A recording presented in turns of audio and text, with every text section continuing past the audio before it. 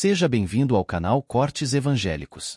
Se gostar desse tipo de conteúdo, deixa seu like, se inscreve no canal e ativa o sininho para receber vídeos novos. Se desejar abençoar este canal, clique no primeiro link dos comentários e confira o livro Vencedores de Cristo. Nós vamos passar o Ministério da Palavra e eu quero convidar você, por gentileza, a abrir sua Bíblia em Eclesiastes, no capítulo 11. E nós vamos ler os versículos 9 e 10 e, na sequência, o verso 1 do capítulo 12, que é a continuação. O texto sagrado diz assim, vou ler na Nova Almeida atualizada. Alegre-se, jovem, na sua mocidade, e que o seu coração lhe dê muita alegria nos dias da sua juventude. Ande nos caminhos que satisfazem ao seu coração e agradam aos seus olhos. Saiba, porém, que de todas essas coisas Deus lhe pedirá contas. Afaste do seu coração a mágoa e remova do seu corpo a dor, porque a juventude e a primavera da vida são vaidade. Lembre-se do seu Criador nos dias da sua mocidade, antes que venham os dias maus e cheguem os anos em que você dirá, não tenho neles prazer. Meu Deus, pedimos graça, favor do alto, a liderança, orientação e aplicação do Teu Espírito, nos levando, ó Deus, não só à compreensão da Tua Palavra, mas àquele lugar de resposta. Que de fato possamos, à semelhança do salmista, afirmar e viver de acordo com essa declaração. Lâmpada para os nossos pés é a Tua Palavra, luz para o nosso caminho. Que ela nos dê direção, que ela de fato se manifeste nas nossas vidas de maneira prática. É a nossa oração em nome de Jesus. Amém. Bom, eu quero tomar a declaração feita no livro de Eclesiastes, cuja autoria é atribuída a Salomão, e que em todo o livro reconhece que tudo na vida é vaidade. Basicamente, há coisas das quais as pessoas se alegram, se orgulham, mas são passageiras. E ele começa no verso 9 com um tom que parece encorajar a uma vida de festa. Alegre-se, jovem, na sua mocidade, que o seu coração lhe dê muita alegria nos dias da sua juventude. Ande nos caminhos, satisfaz seu coração e agrade os seus olhos. Mas ele entra com o contraponto. Saiba, porém, que de todas essas coisas Deus lhe pedirá contas. A verdade é que a palavra de Deus nos chama de forma frequente, recorrente, a uma lembrança de que a forma como eu e você vivemos, ela tem consequências. Em Hebreus, no capítulo 4, no verso 13, a Bíblia diz, não há criatura que não seja manifesta na sua presença, está falando da presença de Deus. Pelo contrário, todas as coisas estão descobertas e expostas aos olhos daquele a quem temos de prestar contas. Haverá um dia de prestação de contas. Todas as nossas escolhas, tudo aquilo que eu e você fazemos, um dia estaremos diante do Senhor e, inevitavelmente, haverá prestação de contas. Em Romanos, no capítulo 14, no verso 12, a Bíblia diz assim, pois cada um de nós prestará contas de si mesmo a Deus. Então, o verso 10 de Romanos 14 também diz que cada um de nós vai comparecer perante o tribunal de Deus. Então, deveríamos viver nossa vida como? Não de forma inconsequente, mas sim de forma consequente, medindo nossas escolhas, entendendo que elas geram resultados, entendendo que tudo que nós plantamos, nós colhemos. Isso vale para o plano espiritual. O apóstolo Paulo diz em Gálatas, e falamos disso há pouco tempo aqui, o que semeia na carne, da carne colherá corrupção, o que semeia no espírito, do espírito colherá a vida eterna. Mas quando falamos de semeadura e ceifa, falamos de plantio e colheita não só para a eternidade, mas também nessa vida. E basicamente o chamado do pregador do livro de Eclesiastes, para mim e para você, diz respeito a focarmos em Deus. Lembre-se do seu Criador nos dias da sua mocidade. Mas ele diz, antes que venham os maus dias. E quando ele usa a expressão os maus dias, ele começa a apontar para o declínio da velhice. Se você observar, e depois nós vamos olhar para isso do verso 2, até o verso 7, ele começa a falar das limitações que nós passamos a ter na velhice. E quando ele fala dos maus dias, isso não significa que necessariamente a velhice tenha que ser ruim, mas comparada à força, à disposição, né, aquele anseio de conquista, a capacidade de usufruir e ao tempo que temos, evidentemente, a mocidade, a juventude sai na frente. Mas ele está enfatizando algo importante. Eu e você precisamos olhar para frente, não só para o final da nossa vida, mas até mesmo para o que vem depois. E isso significa que não podemos viver uma vida imediatista, focada somente no presente. Nós precisamos estar de olho no futuro. O tema da minha mensagem hoje é: invista em seu futuro. E quando falamos do futuro, eu creio que há duas perspectivas que elas são muito importantes. A gente separá-las e entendê-las, que elas se complementam. Não significa que temos que escolher entre uma e outra, mas evidentemente temos que fazer a distinção para que a gente foque em cada uma delas de maneira distinta. Em primeira carta de Paulo a Timóteo, no capítulo 4 e no verso 7, diz: exercite-se pessoalmente na piedade. Depois de usar a alegoria do exercício, mas aplicada à piedade, ele diz: porque o exercício físico tem pouco proveito, mas a piedade para tudo é proveitosa, porque tem a promessa da vida que é agora e da que há de vir. Evidentemente, ele não está desmerecendo o exercício. Eu, durante muito tempo da minha vida, li esse texto como se Paulo dissesse que o exercício físico não tem proveito. Ele está dizendo que tem pouco, mas pouco comparado com o quê? Porque esse é o ponto. Se você me perguntar: pastor Luciano, aqui hoje nesse auditório tem pouca ou muita gente? Eu vou dizer: depende. Comparado ao que cabe na minha casa, tem gente demais. Comparado ao que cabe no estádio da Arena, num dia de jogo, tem pouca gente. Porque o pouco ou muito depende do referencial de comparação. Então ele fala que o exercício tem proveito, mas ele diz pouco comparado ao quê? A piedade. Por quê? A piedade para tudo tem proveito. E ele faz essa distinção. Porque ela tem a promessa da vida que é agora, terrena, e da que há de vir, a eternidade. E nós precisamos pensar que há algumas coisas que Deus nos propõe que vão impactar não só a vida atual, mas o que nós podemos chamar do porvir, aquilo que virá depois.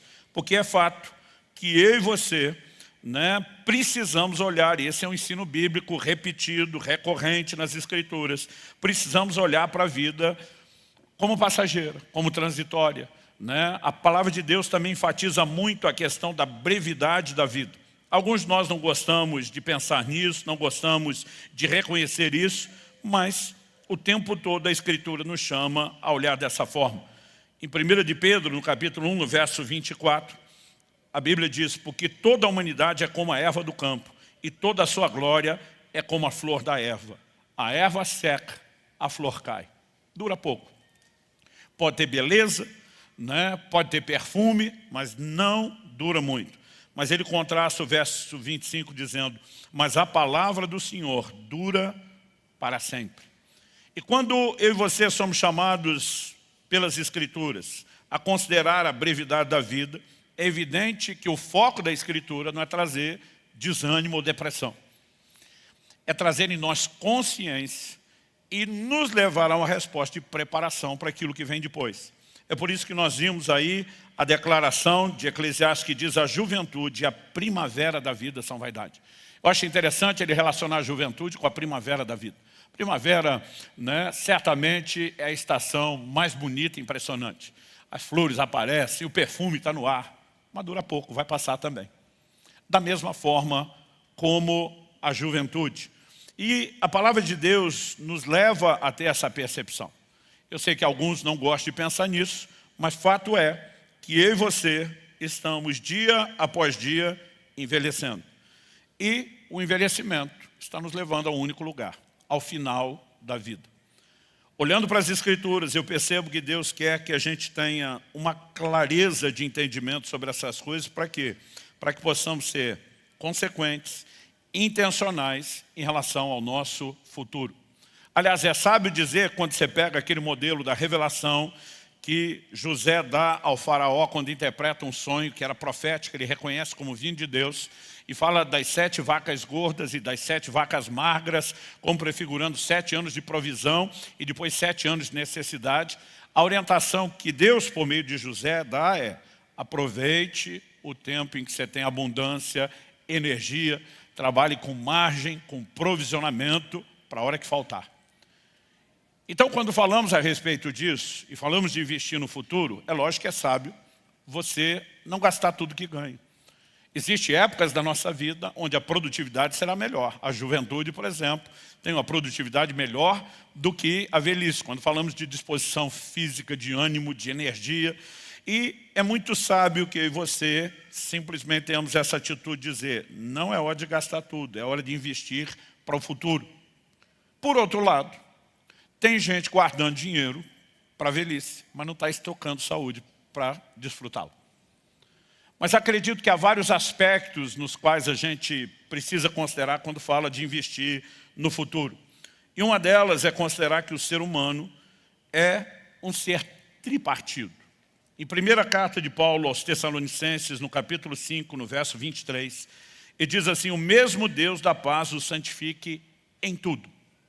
A palavra aqui traduzida em tudo, em outras versões, os santifique inteiramente, santifique o vosso ser inteiro. Essa palavra traduzida em tudo, holoteles no grego, ela significa, por um lado, perfeito, por outro, completo em todos os aspectos. Então está falando do ser integral.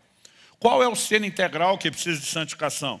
O versículo continua e diz, e que o espírito, a alma e o corpo de vocês sejam conservados íntegros e irrepreensíveis na vinda de nosso Senhor Jesus Cristo. Logo, você é em essência um espírito que tem uma alma e que vive dentro de um corpo. Eu não sei por que os cristãos gostam de falar que o ser humano é corpo, alma e espírito. A Bíblia diz espírito, alma e corpo. Outro dia alguém falou, pastor, dá na mesma, né? A ordem dos tratores não altera o viaduto. Eu falei, na verdade, nesse quesito sim, porque você é em essência um ser espiritual. E esse deveria ser o ponto de partida daquilo que eu e você temos que considerar. Dito isso, eu quero que a gente possa olhar para as declarações de Eclesiastes, considerando o ser inteiro. Nós temos uma abordagem aqui que envolve o aspecto espiritual, nós temos uma abordagem aqui que envolve o aspecto emocional, e quando falamos de alma, falamos da sede da vontade, falamos da sede dos pensamentos, da razão, mas também dos sentimentos. E temos uma parte da abordagem de Eclesiastes que envolve o aspecto físico, ou seja, o ser humano na sua integralidade está abordado aqui. Então, eu vou tomar a frase, lembre-se do seu Criador, para enfatizar o aspecto espiritual e a relação com Deus. Mas depois eu quero pegar a frase do final do versículo 10 de Eclesiastes 11, que diz, afaste do seu coração a mágoa. Isso é parte de um plano de vida, não apenas daquilo que diz respeito ao estilo de vida que nós devemos ter, mas é um projeto de quem está focando que a velhice virá e a gente deve se preparar para ela. Então nós vamos abordar a questão, o aspecto emocional. Mas eu também quero, em terceiro e último lugar, chamar sua atenção para a frase, remova do seu corpo a dor. E te mostrar que isso não tem a ver com o uso de analgésico. Isso tem a ver com um planejamento para a saúde na velhice. Então, eu quero que a gente possa pensar no investimento no futuro de uma forma completa. Dito isso, em primeiro lugar, vamos destacar a frase aqui, lembre-se do seu Criador. Eu acho interessante a Bíblia dizer não apenas lembre-se de Deus, mas dizer lembre-se do seu Criador, porque Deus é o seu Criador. Quer você reconheça, quer não, Ele é. E com qual propósito Deus nos criou? Em Atos, no capítulo 17, nos versos 26 e 27, falando no palco da filosofia do mundo e os seus dias, eu gosto de brincar que talvez nenhum outro lugar no mundo tivesse tanta gente por metro quadrado fazendo os mesmos questionamentos básicos, essenciais, quem eu sou, de onde eu vim, para onde eu vou.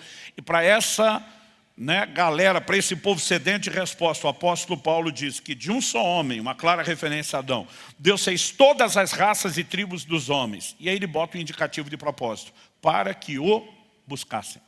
Eu e você existimos para buscar a Deus.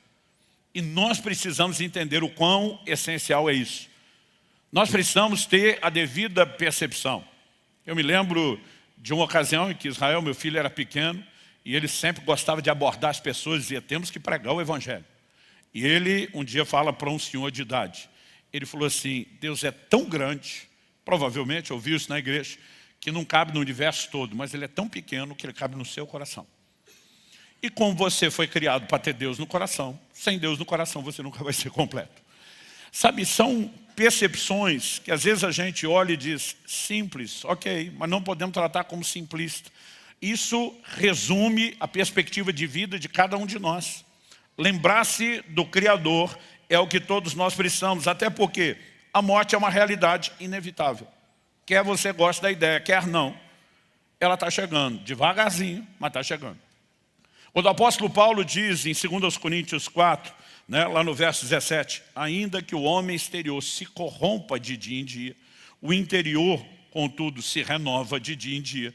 Ele não está falando de corrupção no sentido de pecar, porque o crente não está pecando cada vez mais, nem deveria. Ele está falando de um corpo que está no processo de envelhecimento. Ou seja, falando para os que já têm mais idade, pelo menos a minha, vocês vão entender melhor o que a nova geração não sabe. Imagina que a vida é como se fosse um longo carnê de prestações, que muitos de nós já lidamos com isso no passado. E cada dia você paga uma parcela. E dia após dia, ou seja, o envelhecimento é a morte à prestação. A gente está indo devagarzinho para um processo de declínio. Pastor, o senhor quer deixar a gente deprimido? Não, pelo contrário. Mas precisamos entrar no modo realístico. E primeiro livro de Reis, no capítulo 2, nos versos 1 e 2, a Bíblia diz assim, quando se aproximava o dia da morte de Davi, olha que interessante, o dia da morte, ele deu ordens a Salomão, seu filho, dizendo, eu vou pelo caminho de todos os mortais, portanto tenha coragem e seja homem. Basicamente ele está dizendo, eu vou pelo caminho que os que antes de mim já foram, que você vai, que todo mundo vai. Qual é o caminho? Chegará o momento da nossa partida. Existe aquela geração que está aguardando o retorno de Cristo, que não verá a morte, mas viverá o final dessa vida, dessa caminhada, e tem que estar tão preparado quanto. Então, a morte é algo que nenhum de nós pode evitar, mas é algo para o qual eu e você podemos nos preparar. Se por um lado, como eu disse, é sábio fazer um investimento material e financeiro para o nosso futuro, para que você tenha não só um certo descanso, depois de trabalhar uma vida inteira, mas um certo conforto, mais do que só garantir a sobrevivência. Por outro lado, nós não podemos negar que a mesma Bíblia nos mostra que ninguém vai levar absolutamente nada dessa vida. Não importa quanto você juntou. Em Eclesiastes, no capítulo 5, no verso 15, a Bíblia diz, como saiu do ventre de sua mãe, a saber, nu, assim voltará, indo-se como veio, e do seu trabalho nada poderá levar consigo. Em 1 Timóteo, capítulo 6, verso 7, Paulo diz, nada trouxemos para o mundo e nem coisa alguma podemos levar dele. Essa é a razão pela qual normalmente você não vê uma mudança, um caminhão de mudança seguindo o cortejo fúnebre. Embora os faraós tentaram isso no passado sem sucesso. Os tesouros ficaram lá nas suas tumbas, nunca tiveram uso ou proveito daquilo. E quando você pensa nessa perspectiva, qual é o maior investimento que você pode fazer? Repito, não estou tentando dissuadir ninguém de ter reservas financeiras para o futuro. Acredito que isso é parte. Mas a pergunta é, esse é o maior investimento? Não. No ensino de Jesus, nós vemos em Lucas 12, Nosso Senhor falando a respeito de um rico insensato. E ele diz, no verso 19 de Lucas 12, que o homem fala assim, então direi à minha alma, você tem depósito muitos bens para muitos anos, descansa, coma, beba e aproveite a vida. Mas Deus lhe disse, louco, essa noite lhe pedirão a sua alma, e o que você tem preparado, para quem será? Então Nosso Senhor arremata dizendo assim, é o que junta tesouros para si mesmo, mas não é rico para com Deus. O problema não é necessariamente juntar tesouros, é não ser rico para com Deus. Em Marcos 8, 37, Nosso Senhor questiona, de que adianta uma pessoa ganhar o mundo inteiro e perder sua alma?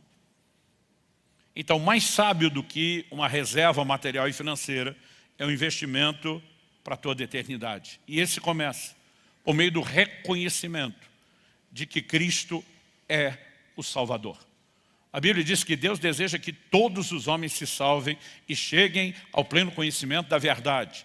E no verso seguinte a Bíblia diz, e há um só mediador entre Deus e os homens, Jesus Cristo, homem.